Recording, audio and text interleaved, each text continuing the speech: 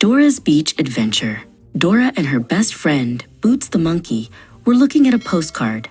"Wow," said Boots. "It's from our friend Marina at the Crystal Cove." The picture showed a beautiful pearl that glowed like the moon, but the message on the back was urgent. "Dora, the moon pearl is in danger. We need your help." "We've got to help," said Dora.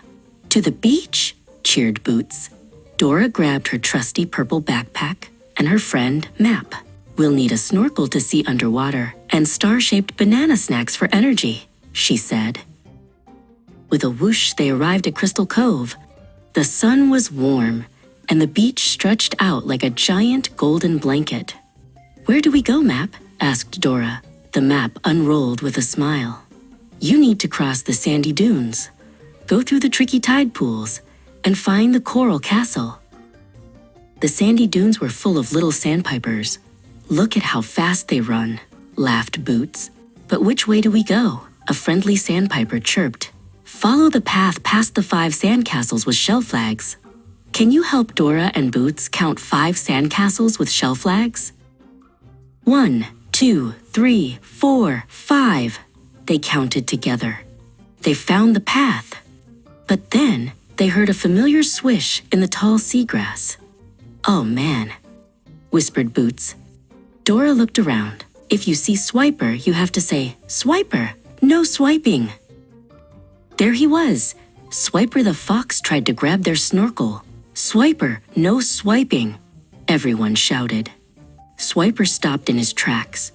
"Oh man," he grumbled and scurried away over the dunes. "We did it," cheered Boots.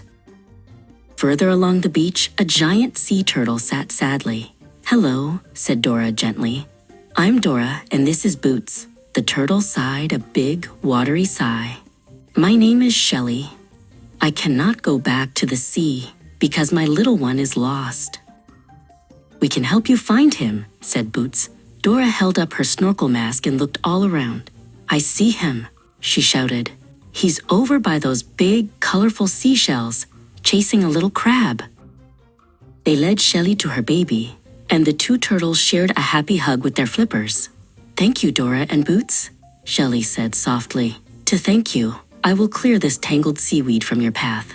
With a mighty push, she moved the big, wet pile out of their way. Next, they came to the tricky tide pools. Colorful starfish and sea anemones dotted the shallow water. "We have to cross the tide pools," said Dora, "but these rocks look slippery."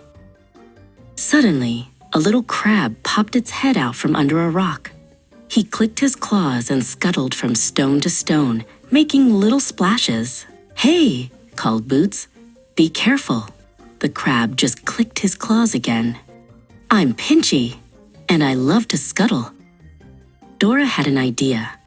"Pinchy knows which rocks aren't slippery." "Let's play follow the crab," she said. "You lead the way, Pinchy, and we'll copy you."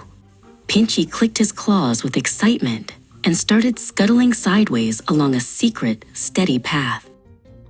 They scuttled, stepped, and splashed all the way across the tide pools. "We made it!" they cheered. Pinchy was so happy to have new friends. He dug in the sand and gave Dora a beautiful, smooth, blue piece of sea glass. "A friendship treasure," he clicked. At last, they reached the coral castle. But the entrance to the underwater cave was blocked by a very large, very grumpy-looking giant clam. He clacked his shell shut. "Nobody enters my castle," he grumbled in a bubbly voice.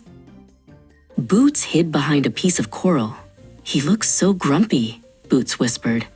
Dora looked closer and saw that the clam was trying to close his shell all the way, but couldn't.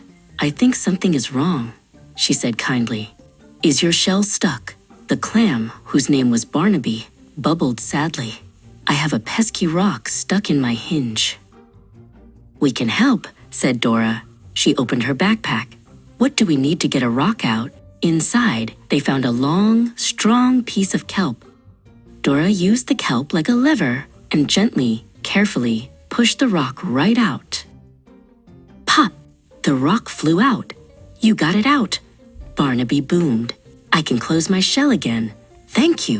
His grumpy face broke into a huge smile. "To thank you, I will open the way. Please, come inside the coral castle."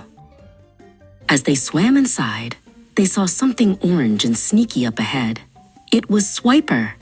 He was trying to catch the moon pearl with a wobbly net made of seaweed. "He's going to swipe the pearl," gasped Boots. "We have to hurry," said Dora. "Look, a friendly current." A gentle swirl of water pushed them forward. Swish, swoosh, swish. They swam faster and faster, getting closer and closer to the pearl. They reached the pearl just as Swiper's net got tangled on a piece of coral. Twang! The net pulled back. Swiper tumbled backwards, head over tail, and was washed out of the cave by the current. "Oh man!" his voice echoed.